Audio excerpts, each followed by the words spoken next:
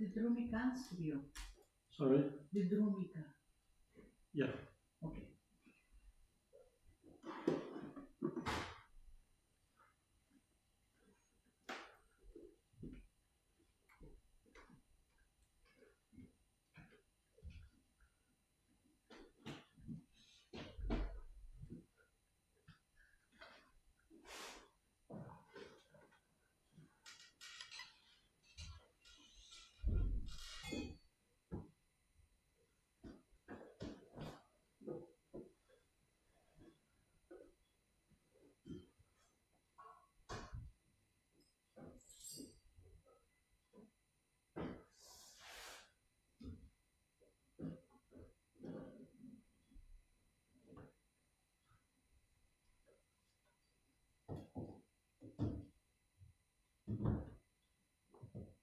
Jaya Jaya Shri Chaitanya, Jaya Jaya Shri Chaitanya, Jaya Nityananda. Jaya Dvaita Chandra Jaya, Gaura Bhakta Vrinda. Jaya Dvaita Chandra Jaya, Gaura Bhakta Vrinda. Jaya Jaya Shri Chaitanya, Jaya Nityananda. Jaya Jaya Shri Chaitanya, Jaya Nityananda. Jaya Dvaita Chandra Jaya, Gaura Bhakta Vrinda. Jaya Dvaita Chandra Jaya, Gaura Bhakta Vrinda. Matulila chapter 22, verse 26. The followers of the Varnashram institution accept the principles of the four social orders, Brahma, Kshatriya, Vaishya, and Sudra, and four spiritual orders, Brahmacharya, Grihastha, Vanaprastha, and Sannyas. However, if one carries out the regulative principles of these orders, but does not render transcendental service to Krishna, he falls into a hellish condition of material life. From the mouth of Brahma, the Brahminical order has come into existence.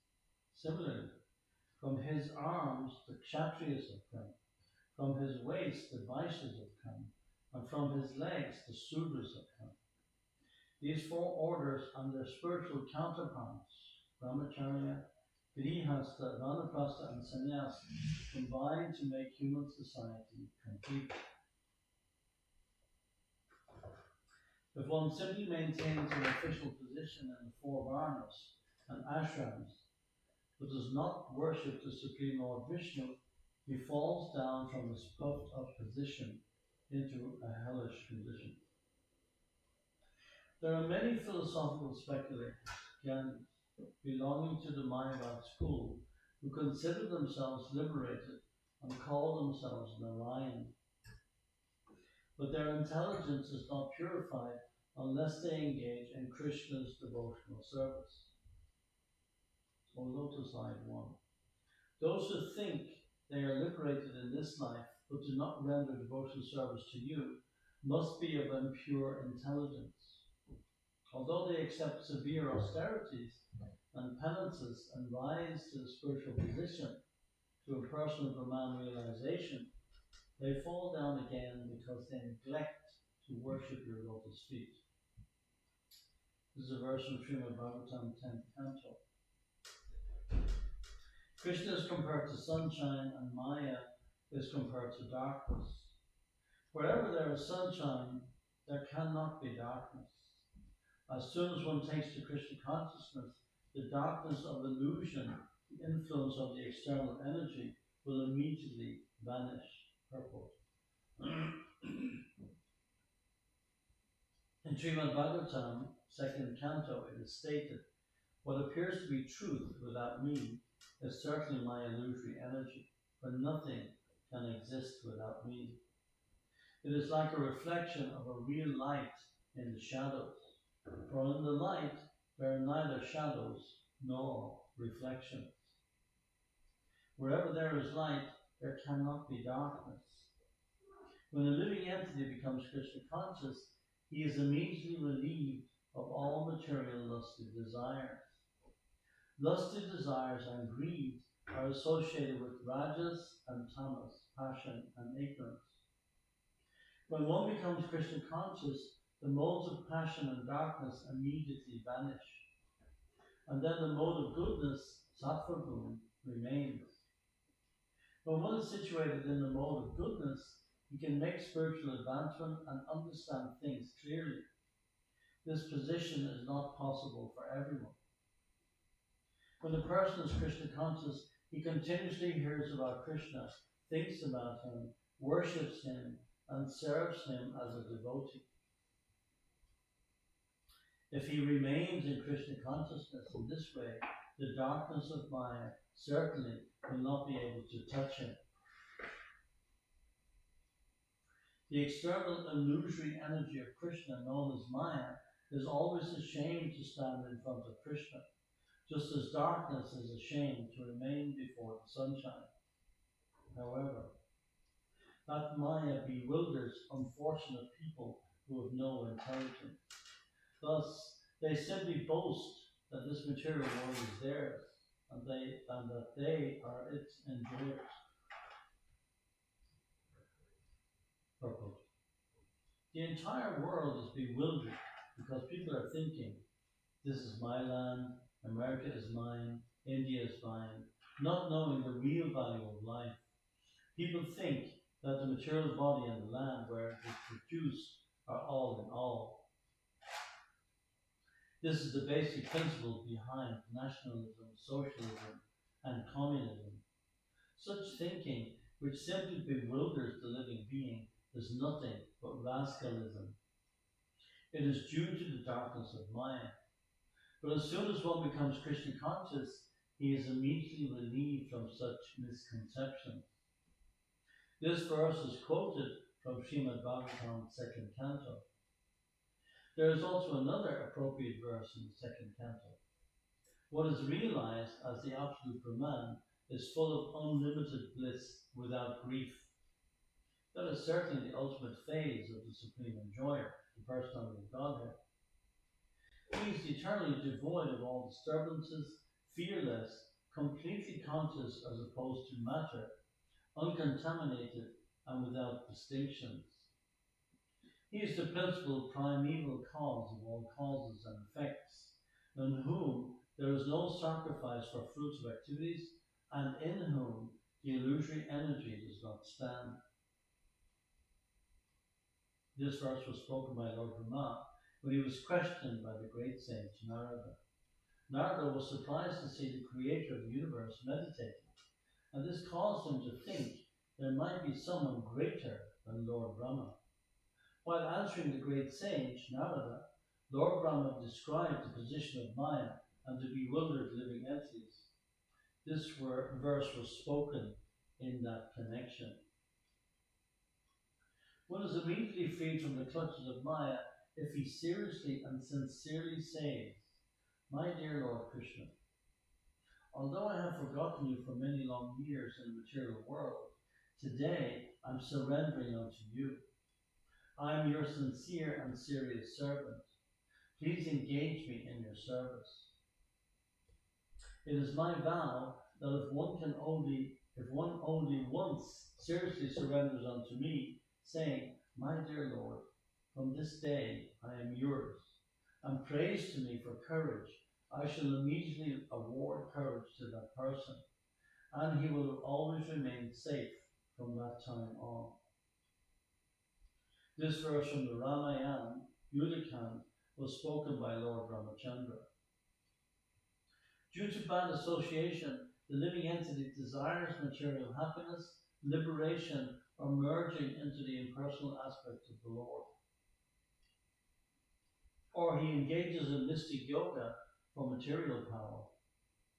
If such a person actually becomes intelligent, he takes to Krishna consciousness by engaging himself in intense devotional service to Lord Sri Krishna.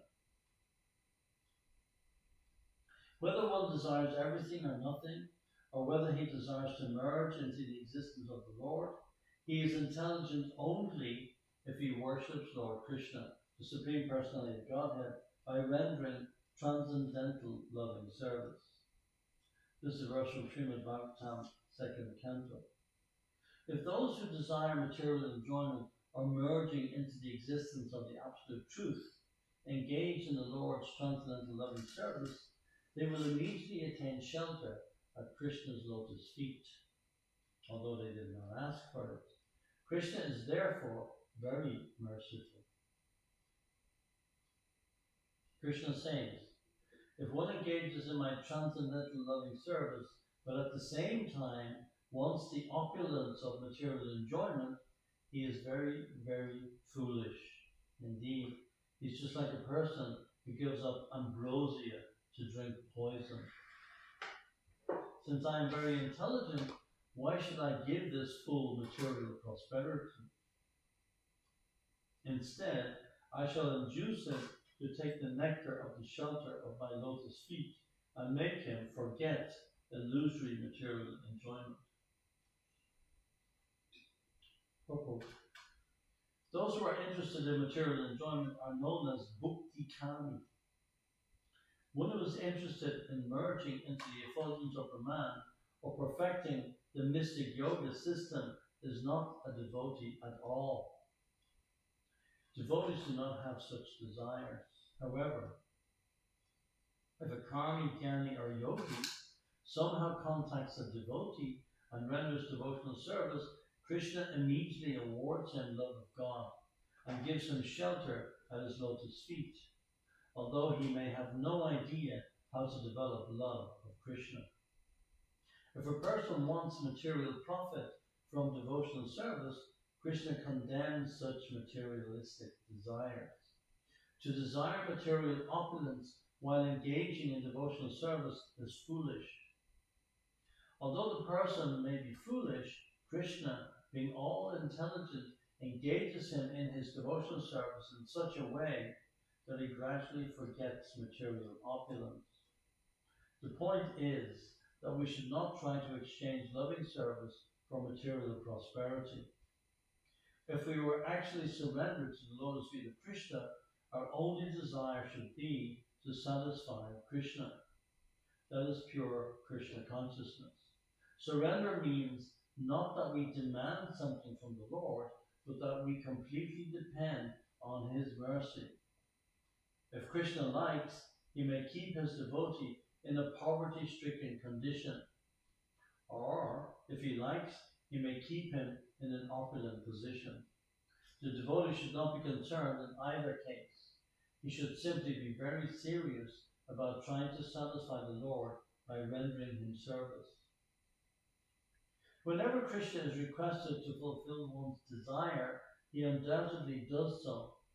But he does not award anything which, after being enjoyed, will cause one to petition him again and again to fulfill further desires. When one has other desires but engages in the Lord's service, Krishna forcibly gives one shelter at his lotus feet, where one will forget all other desires. This is a quotation from the 5th canto. When someone engages in Lord Krishna's devotional service for the satisfaction of the senses, and instead acquires a taste for serving Krishna, he gives up his material desires and willingly offers himself as an eternal servant of Krishna. When he was being blessed by the Supreme Personality of Godhead, Dhruva Maharaj said, "O my Lord, because I was seeking an opulent material position, I was performing severe types of penance and austerity. Now I have gotten you, who are very difficult for the great demigods, saintly persons, and kings to attain. I was searching after a piece of glass, but instead I have found the most valuable jewel. Therefore I am so satisfied that I do not wish to ask any benediction from you." This verse from the Hari Bhakti Sudodaya. The conditioned souls are wandering throughout the different planets of the universe, entering various species of life. By good fortune, one of these souls may somehow or other be delivered from the ocean of nescience, just as one of the many big logs in a flowing river may, by chance, reach the bank. Purple. There are unlimited conditioned souls who are bereft of Lord Krishna's service. Not knowing how to cross the ocean of nescience, they are scattered by the waves of time and tithe. However, some are fortunate to contact devotees, and by this contact they are delivered from the ocean of nescience, just as a log floating down a river accidentally washes upon the bank. Because I am so fallen, I shall never get a chance to see the Supreme Personality of Godhead. This was my false apprehension. Rather, by chance, a person as fallen as I am may get to see the Supreme Personality of Godhead. Although one is being carried away by the waves of the river of time, one may eventually reach the shore. This verse from Srimad Bhagavatam, 10th canto, was spoken by Akrura. By good fortune, one becomes eligible to cross the ocean of nescience. And when one's term of material existence decreases, one may get an opportunity to associate with pure devotees. By such association, one's attraction to Krishna is awakened. Purport. Srila Bhaktivinoda Thakur explains this point. In his Bhagya, fortune, the result of an accident or something else. In the scriptures, devotional service and pious activity are considered fortunate. Pious activities can be divided into three separate categories. Pious activities that awaken one's dormant Krishna consciousness are called Bhakti Unmukhi Sukriti. Pious activities that bestow material opulence are called Bhogamukhi Sukriti. And pious activities that enable the living entity to merge into the existence of the Supreme are called Mokshamukhi Sukriti. These last two awards of pious activity are not actually fortunate. Pious activities are fortunate when they help one become Krishna conscious. The good fortune of Bhakti Unmukhi is attainable only when it comes in contact with a devotee. By associating with a devotee willingly or unwillingly, one advances in devotional service, and thus one's dormant Krishna consciousness is awakened. O my Lord, O infallible Supreme Person, when a person wandering throughout the universes becomes eligible for liberation from material existence, he gets an opportunity to associate with devotees. When he associates with devotees, his attraction for you is awakened. You are the Supreme Personality of Godhead, the highest goal of the topmost devotees and the Lord of the universe. This is a quotation from Srimad Bhagavatam, 10th canto. Krishna is situated in everyone's heart as the Chaitanya Guru, the spiritual master within. When he is kind to some fortunate conditioned soul, he personally gives him lessons so that he can progress in devotional service, instructing the person as the super soul within and the spiritual master without. O my Lord, transcendental poets and experts in spiritual science could not fully express their indebtedness to you. Even they were endowed with the prolonged life of Brahma. For you appear in two features, externally as the Acharya, and internally as the super soul, to deliver the embodied living entity by directing him how to come to you. Purport. This is a verse from Srimad Bhagavatam, 11th canto. It was spoken by Uddhava after he had been instructed in yoga by Sri Krishna. By associating with a devotee, one awakens his faith in devotional service to Krishna.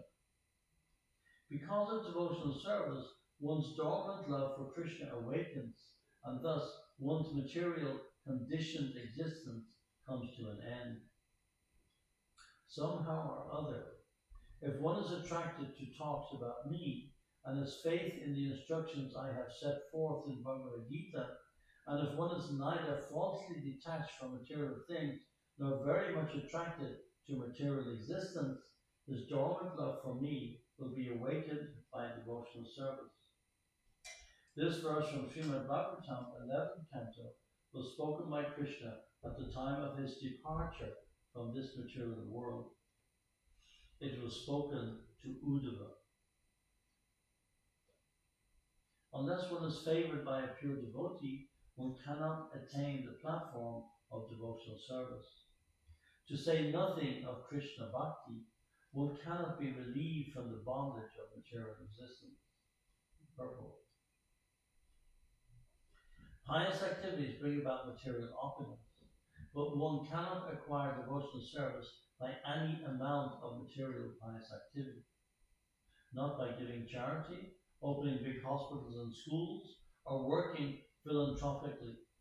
Devotional service can be attained only by the mercy of a pure devotee. Without a pure devotee's mercy, one cannot even escape the bondage of material existence. The word Mahat in this verse means a pure devotee. As Lord Krishna confirms in Bhagavad Gita 9:13, Mahatmanas tumam partam daivim prakatim ashritaha Vajanta anyanya manaso dinatva bhutadim avyayam. O son of Krita, those who are not deluded, the great souls, are under the protection of the divine nature. They are fully engaged in devotional service because they know me as the Supreme Personality of Godhead, original and inexhaustible. One has to associate with such a Mahatma who has accepted Krishna as the supreme source for the entire creation. Without being a Mahatma, one cannot understand Krishna's absolute position. A Mahatma is rare and transcendental, and he is a pure devotee of Lord Krishna. Foolish people consider Krishna a human being, and they consider Lord Krishna's pure devotee an ordinary human being also. Whatever one may be, one must take shelter at the lotus feet of a devotee Mahatma and treat him as the most exalted well-wisher of all human society. We should take shelter of such a Mahatma and ask for his causeless mercy. Only by his benediction can one be relieved from attachment to the materialistic way of life. When one is thus relieved, he can engage in the Lord's transcendental loving service through the mercy of the Mahatma. O King Rahugana, without taking upon one's head the dust from the lotus feet of a pure devotee, a Mahajan or Mahatma, one cannot attain devotional service.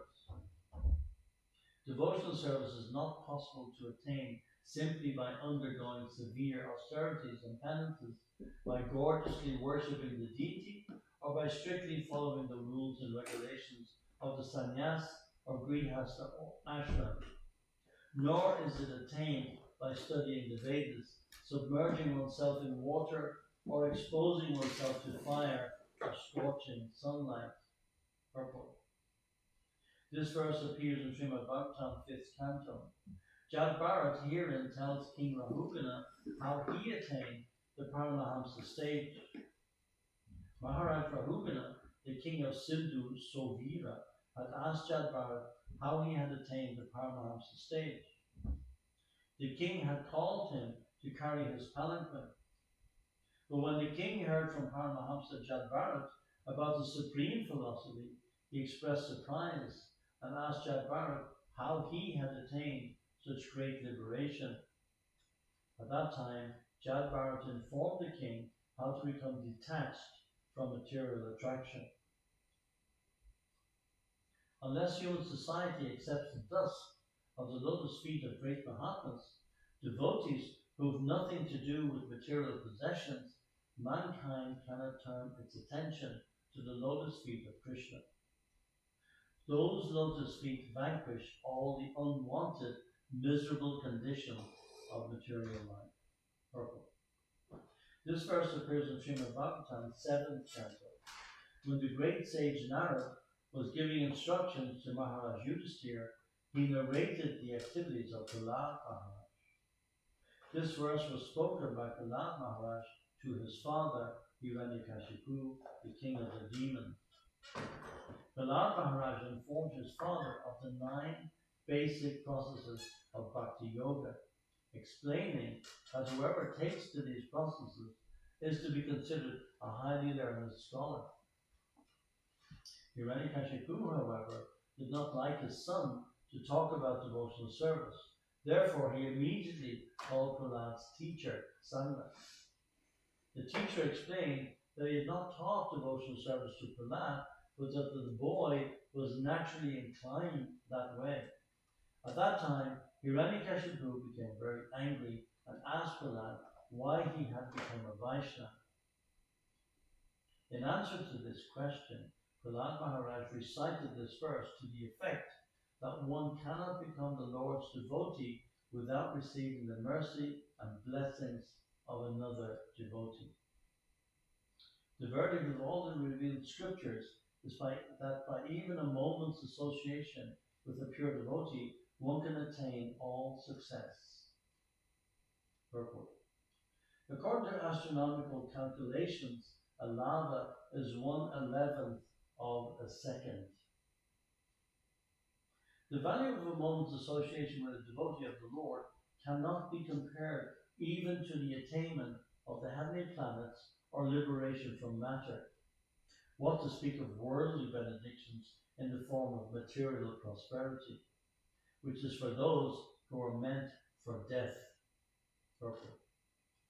This is a quotation from Srimad Bhagavatam, 1st Canto. This verse concerns the Vedic rites and sacrifices performed by the great sages of Naimisharanya, headed by Shaunaka Rishi. The sages pointed out that association with a devotee for even less than a second is beyond comparison to 1,000 Vedic rituals and sacrifices, elevation to heavenly planets, or merging into the existence of the Supreme.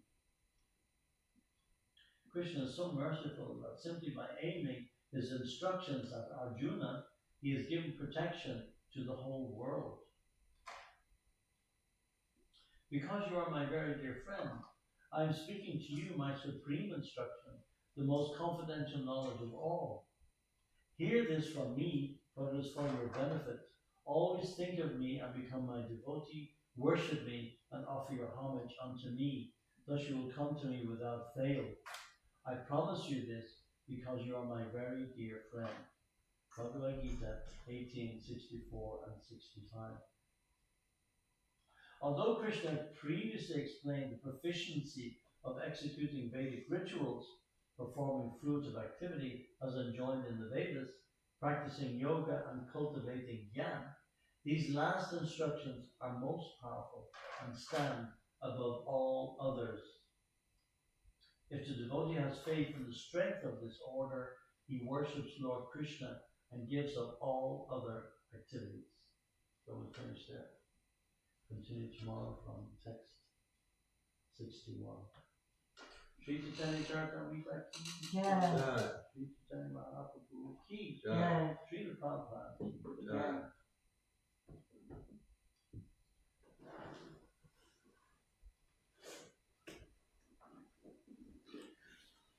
I'll check out what Judith Janaki to see.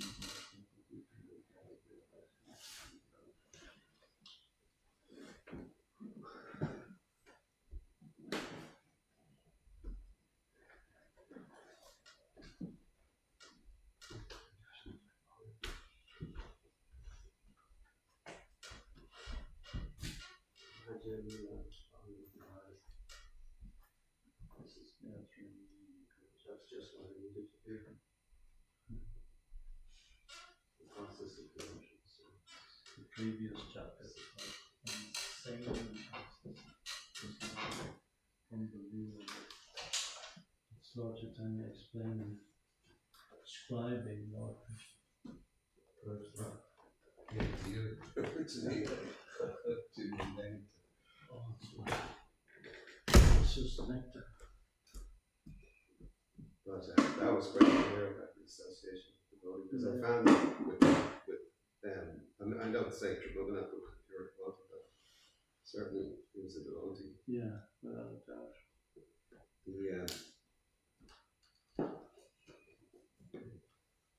So I'm just going to chant. So Let's go something if I want. yeah, I think that this is, and then I'm going to go over to see my Eshra, and I'll come over from Mobile. Okay, alright. Chat. I sent you a message. That's all. Yeah, I'll talk to you tomorrow. I see I see a project to get it right for John Mustin is what I would think, you know. Okay. But we'll talk in the morning and just sit down and That's very well. Thank you.